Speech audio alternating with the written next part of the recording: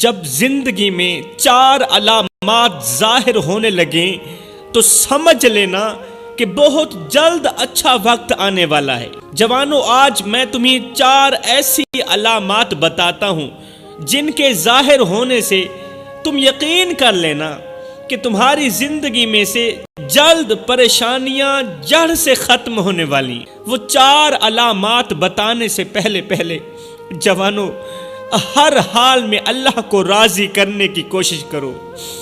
ہر حال میں اللہ کو راضی کرنے کی کوشش کرنا۔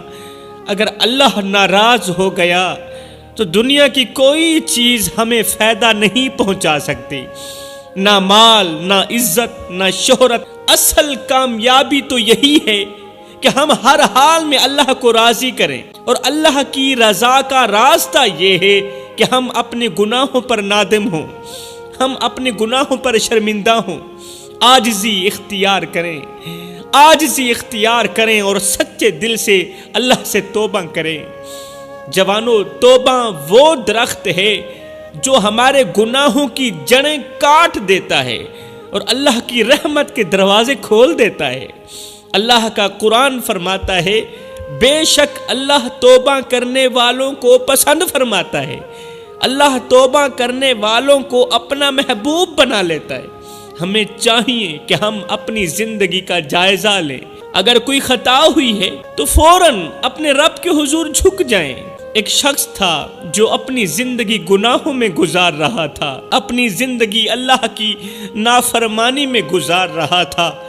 ایک دن کسی بزرگ کی بات سن کر دل میں ایک عجیب سی کیفیت محسوس کرنے لگا، خود پر شرمندگی محسوس کرنے لگا۔ اب اس نے فیصلہ کر لیا کہ وہ اپنی زندگی بدل دینے کے لیے بھرپور کوشش کرے گا، زندگی بدلنے کے لیے، اپنی زندگی میں انقلاب لانے کے لیے بھرپور کوشش کرے گا۔ قبلہ وہ جنگل کی طرف نکلا تاکہ تنہائی میں بیٹھ کے اپنے رب سے باتیں کر سکے، تنہائی میں بیٹھ کے اللہ کے حضور توبہ کر سکے۔ راستے میں ایک خشک درخت نظر آیا۔ اس کے دل میں آیا کہ کیوں نہ میں اس درخت کے نیچے بیٹھ کر رو کے توبہ کر لیتا ہوں، رو کے اللہ کو راضی کر لیتا ہوں۔ اب یہ گنہگار شخص درخت کے نیچے بیٹھ کر رو کے توبہ کرنے لگا، اللہ مجھے معاف کر دے۔ وہ درخت کے نیچے بیٹھا اور ہاتھ اٹھا کر دعا مانگنے لگا۔ اس کے دل میں ندامت، شرمندگی اور آنکھوں میں آنسو تھے۔ اس نے رو کر کہا، اللہ، میں نے اپنی زندگی تیرے حکم کے خلاف گزاری، تیری نافرمانی کی، لیکن میرے مالک، میرا تیرے سوا کوئی نہیں۔ اللہ، میں تیری رحمت کا طلبگار ہوں، اگر تو مجھے معاف نہیں کرے گا تو میں کہاں ٹھکانہ بناؤں گا، میں کہاں جاؤں گا، تیری زمین سے نکل کر کہاں جاؤں گا، میرے مالک مجھے معاف کر دے۔ یہ کہتے ہی اس نے زمین پر ایک سجدہ کیا۔ اچانک اس نے محسوس کیا کہ درخت کی جڑیں ہلنے لگی۔ جس درخت کے نیچے بیٹھ کر یہ شخص اللہ کو راضی کر رہا تھا، توبہ کر رہا تھا، اس نے دیکھا کہ اس درخت کی جڑیں ہلنے لگی ہیں اور وہ درخت اس کے ساتھ جھکنے لگا ہے۔ ادھر سے یہ گنہگار نماز پڑھ رہا ہے۔ گنہگار جیسے ہی سجدے میں گیا تو اس نے محسوس کیا کہ درخت بھی ویسے ہی میرے ساتھ سجدے میں جا رہا ہے۔ وہ درخت بھی اس شخص کے ساتھ جھکنے لگا۔ حیرت زدہ ہو کر وہ شخص کھڑا ہو گیا۔ یہ درخت زمین پر جھکا ہوا تھا، مکمل طور پر یہ درخت زمین پر جھک چکا تھا۔ ایسے لگ رہا تھا جیسے یہ اللہ کو سجدہ کر رہا ہو۔ حیران ہو کر بولا، یا اللہ، یہ میں کیا دیکھ رہا ہوں؟ غیب سے آواز آئی، اے میرے بندے، پوری کائنات، چرند پرند، انسان، حیوان، میں رب کے آگے جھکتے ہیں، یہاں تک کہ یہ درخت بھی مجھے سجدے کرتے ہیں۔ پوری کائنات میں یہ درخت بھی مجھے سجدے کرتے ہیں، ایک تو ہی تھا پوری کائنات میں جس نے میں رب کو بھلا دیا تھا۔ دیکھ، درخت بھی تیرے رب کو سجدے کرتے ہیں مگر تو اپنے رب کو سجدہ نہیں کرتا۔ پوری کائنات میں ایک تو ہی تھا جس نے مجھے بھلا دیا تھا، جس نے مجھے کبھی یاد نہ کیا۔ اب اگر تو میرے دروازے پر آ بھی گیا ہے تو اے میرے بندے، تجھے مبارک ہو۔ اب مجھے ہر چیز سے بڑھ کر پیارا ہی تو ہے، ہر چیز سے بڑھ کر تو مجھے محبوب ہے، تو مجھے پیارا ہے۔ اب تو میرا دوست ہے اس لیے کہ اب تو توبہ کر چکا ہے۔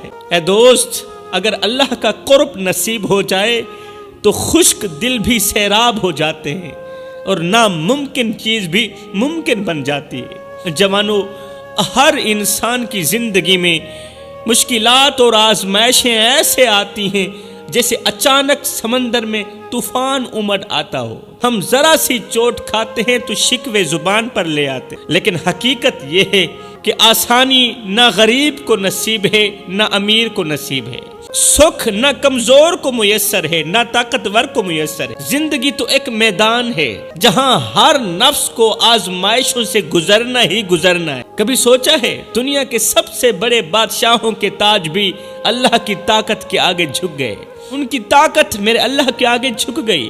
ہر علم والے کے اوپر ایک اور علم والا موجود ہے جوانو، ہر طاقتور کے اوپر ایک اور طاقت والا بیٹھا ہے جوانو۔ اللہ کا نظام ہی ایسا ہے کہ اللہ کسی کو آرام دے کر آزماتا ہے اور کسی کو مشکلات میں ڈال کر پرکھتا ہے۔ ہر مشکل اپنی حقیقت میں یہ پیغام دے رہی ہوتی ہے کہ اے بندے تھم جا، اے بندے رک جا، اے بندے اللہ کے حضور جھک جا اور اپنے رب کی طرف پلٹ آ۔ میرے بھائیوں، آزمائشوں میں گھبرا کر اللہ سے دور مت ہوں، دکھوں میں گھبرا کر اللہ سے دوری اختیار مت کریں، بلکہ یہی وہ لمحہ ہے جب اللہ تمہیں اپنی طرف بلاتا ہے۔ اگر آج تم مشکلات کے اندھیرے میں ہو تو یقین رکھو کہ ایک روشنی ہے جو تمہارے انتظار میں ہے۔ اللہ کی ذات پر توکل کرو، کیونکہ جب اللہ تمہارے ساتھ ہو تو دنیا کی کوئی طاقت تمہیں شکست نہیں دے سکتی۔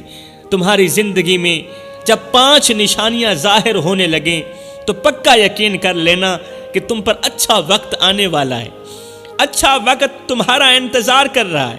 جب 4 نشانیاں ظاہر ہونے لگیں تو سمجھ لینا دکھ درد سب تم سے دور ہونے والے ہیں، مصیبتوں کی گھڑیاں ختم ہونے والی۔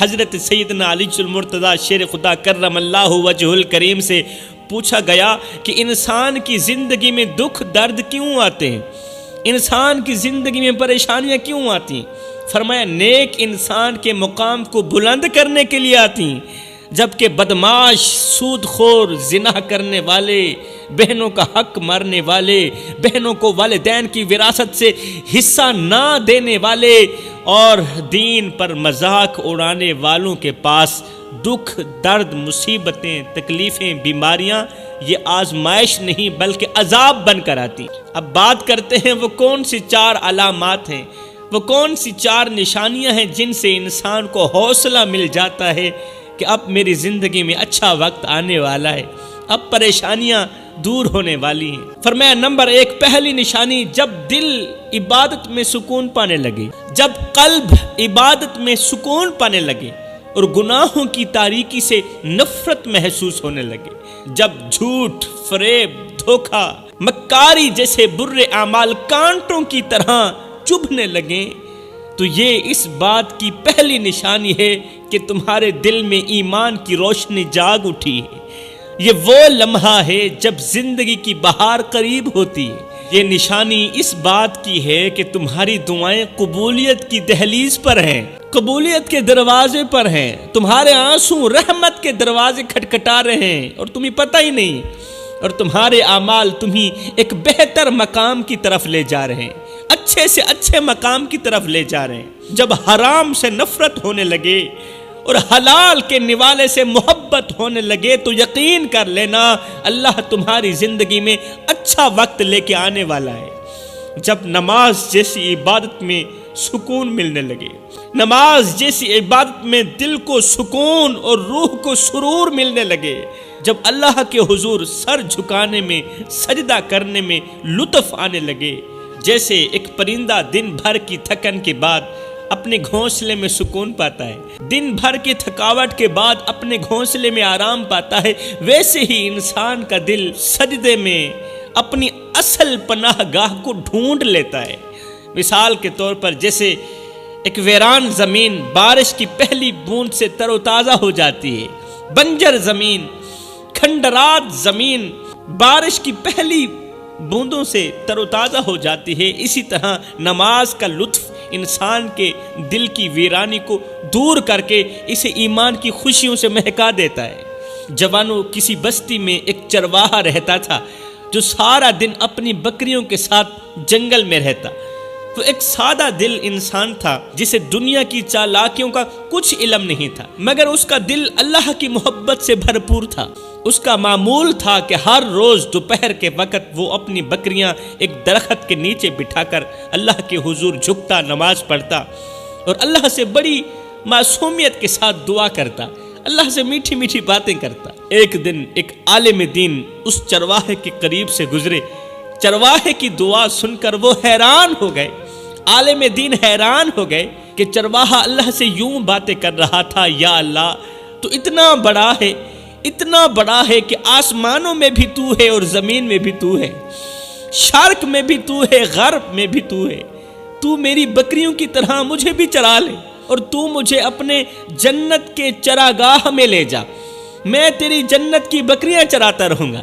اللہ تو مجھے اپنی جنت میں بلا لینا، میں چرواہا ہوں، اچھے طریقے سے بکریوں کو سنبھال لیتا ہوں، بکریوں کو پانی بھی پلاتا ہوں، صفائی ستھرائی بھی رکھتا ہوں۔ اللہ میں جنت میں تیری عبادت بھی کروں گا اور تیریاں بکریاں چراتا رہوں گا۔ اور ہاں میرے مالک، جب میں بھٹک جاؤں تو مجھے تھام ضرور لینا، مجھے پکڑ لینا تاکہ میں کبھی تجھ سے دور نہ ہو جاؤں، بس اتنی عرضی کرتا ہوں۔ عالم دین نے جب اس کی اس طرح کی باتیں سنی تو اس نے فوراً اسے ٹوکا، کہا ارے نادان، تو اللہ سے اس طرح کی باتیں کر رہا ہے، اللہ کے مقام کا تو کچھ خیال کر۔ جیسے ہی عالم دین نے ڈانٹا، چرواہے نے شرمندگی سے اپنا سر جھکا لیا۔ اس کی دعا ادھوری کی ادھوری رہ گئی اور آئندہ کے لیے ایسی دعا نہ مانگنے کا چرواہے نے وعدہ کر لیا۔ عالم دین اپنے گھر کو چلے گئے۔ اسی رات عالم دین نے خواب کی دنیا میں کیا دیکھا کہ فرشتے عرش کے قریب ایک آواز سن رہے ہیں، عرش کے قریب فرشتے اللہ کی آواز سن رہے ہیں۔ اللہ فرما رہا ہے، فرشتو میرے اس بندے کا کیا حال ہے جس کی معصوم دعا آج روک دی گئی، جس کی معصوم دعا ادھوری رہ گئی۔ دنیا میں تو اس کی دعا ادھوری رہ گئی، مگر سنو، اس کی دعا کے الفاظ میرے عرش تک پہنچے تھے، روکنے کے باوجود بھی اس کی دعا میرے عرش تک پہنچی تھی۔ بتاؤ اس بندے کا کیا حال ہے؟ اس میرے چرواہے کی سچائی نے زمین و آسمان کو ہلا دیا۔ ہے ایک دم عالم دین کی آنکھ کھلی، عالم دین گھبرا کر جاگے اور فوراً چرواہے کو تلاش کرنے کے لیے نکلے۔ صبح کے وقت جب عالم دین چرواہے کو ملے تو وہ شخص درخت کے نیچے سو رہا تھا۔ وہ جو چرواہا تھا درخت کے نیچے سو رہا تھا، دیکھ کر حیران رہ گئے، زار و قطار رونے لگے اور خود پر شرمندہ ہونے لگے۔ عالم دین نے دیکھا کہ اس کے ارد گرد بکریاں نہیں بلکہ سفید روشنی میں فرشتے اس کا پہرا دے رہے ہیں۔ اس کے ارد گرد بکریاں نہیں بیٹھی بلکہ سفید روشنی میں فرشتے اس کا پہرا دے رہے ہیں۔ لیکن یہ عالم دین نہیں جانتا تھا کہ اس ان پڑھ سے چرواہے کی وہ میٹھی میٹھی باتیں میرے اللہ کو کتنی اچھی لگ رہی تھی۔ ان باتوں نے تو خدا کا عرش ہلا دیا تھا، ان باتوں نے تو فرشتوں کو حیران اور پریشان کر دیا تھا۔ فرمایا دوسری نشانی، جب اللہ کے ہر فیصلے پر راضی رہنے لگو تو سمجھ لینا تمہاری زندگی میں اچھا وقت آنے والا ہے، چاہے اللہ تمہیں بڑے سے بڑے غم میں کیوں نہ ڈال دے۔ جس طرح کربلا کی سرزمین پر امام علی مقام امام حسین نے اللہ کی طرف سے آنے والی ہر مشکل گھڑی کو، ہر مشکل فیصلے کو دل و جان سے قبول کیا، اسی طرح امام حسین سے محبت کرنے والے کو بھی چاہیے کہ وہ اللہ کے ہر فیصلے کو دل و جان سے قبول کرے، اور یہی اس کے لیے اچھا وقت لے کے آنے کا ذریعہ بنے گا۔ ایک بزرگ دریا کے کنارے بیٹھے اللہ کی یاد میں مصروف تھے۔ اچانک ان کی نظر ایک چھوٹے پانی کے قطرے پر پڑی۔ دریا کے کنارے بیٹھے تھے، اللہ کی یاد میں مصروف تھے۔ اچانک اس بزرگ کی نظر ایک چھوٹے سے پانی کے قطرے پر پڑی جو ایک پتھر کے کنارے سے لٹک رہا تھا۔ پانی کا قطرہ ہے، پتھر کے کنارے سے لٹک رہا ہے، قریب تھا کہ وہ قطرہ زمین پر گر جاتا۔ بزرگ نے اس قطرے کو دیکھ کر مسکرا کر کہا، اے قطرے، تیری قسمت میں کیا لکھا ہے؟ پتہ نہیں کیا لکھا ہے، تیری قسمت میں کیا لکھا ہے؟ تو زمین پر گر کر خاک میں ملے گا یا دریا کا حصہ بن کر بہہ جائے گا؟ یا تو زمین پر گر کر خاک میں مل جائے گا یا دریا کا حصہ بن کر بہہ جائے گا۔ اچانک ہوا کا جھونکا آیا، پانی کا قطرہ نیچے گرا، مگر حیرت کی بات یہ تھی کہ وہ قطرہ زمین پر گرنے کے بجائے ایک ننھے سے سیپی کے اندر جا گرا۔ یہ سیپی سمندری جانور ہے جس کے اندر قیمتی موتی بنتے ہیں۔ بزرگ یہ منظر دیکھ کر خاموش ہو گئے۔ کئی سال گزر گئے۔ ایک دن وہی بزرگ ایک بازار سے گزر رہے تھے۔ ایک تاجر نے اس بزرگ کو روکا اور کہا، حضور ذرا یہ موتی دیکھیں، اس جیسا نایاب موتی آج تک کسی نے نہیں دیکھا۔ بزرگ نے موتی ہاتھ میں لیا، جیسے ہی موتی کو دیکھا تو فوراً ہی پہچان گئے، ارے یہ تو وہی پانی کا قطرہ تھا جو برسوں پہلے دریا کے کنارے گرا تھا۔ یہ تو وہی پانی کا قطرہ تھا جو برسوں پہلے دریا کے کنارے گرا تھا اور سیپی کے منہ کے اندر گیا تھا، اور وہ ایک ہیرے کی شکل اختیار کر گیا، ایک موتی کی شکل اختیار کر گیا۔ بزرگ کی آنکھوں سے آنسو بہنے لگے۔ عین اسی لمحے غیب سے آواز آئی، کسی کہنے والے نے کہا، اے میرے بندے، میں تو وہ رب ہوں جو قطرے کو بھی ضائع نہیں جانے دیتا، اور میں قطرے کو ضائع نہیں جانے دیتا، تو پھر تو یہ کیسے سوچتا ہے کہ تیرے آنسو اور تیری دعائیں ضائع ہو جائیں گی؟ تو یہ کیسے سوچ بیٹھا ہے کہ تیرے آنسو ضائع ہو جائیں گے؟ یہ کیسے ہو سکتا ہے؟ میں رب ہر چیز کا حساب رکھتا ہوں اور جسے چاہوں مٹی سے موتی بنا دیتا ہوں۔ زندگی میں اچھا وقت لانے کی چوتھی نشانی یہ ہے کہ جب تم اپنے والدین کے دکھوں کو اپنے دکھ سمجھنے لگو، والدین کی بیماری کو اپنی بیماری تصور کر کے اس کا علاج کرنے لگو، جب تمہارے دل میں یہ احساس آ جائے کہ ان کی خوشی اور سکون میں ہی تمہاری خوشی ہے، اور تم ان کے لیے ہر ممکن کوشش کر کے ان کی تکلیفوں کو کم کرنا چاہتے ہو، تو یہ ایک اشارہ ہے کہ تمہاری زندگی میں اللہ کی رحمت اور اچھا وقت آنے والا ہے، کیونکہ اللہ اپنے بندوں کو تبھی اپنے قریب کرتا ہے جب وہ اپنے والدین کے ساتھ حسن سلوک اور محبت سے پیش آتے ہیں، پیار سے پیش آتے ہیں۔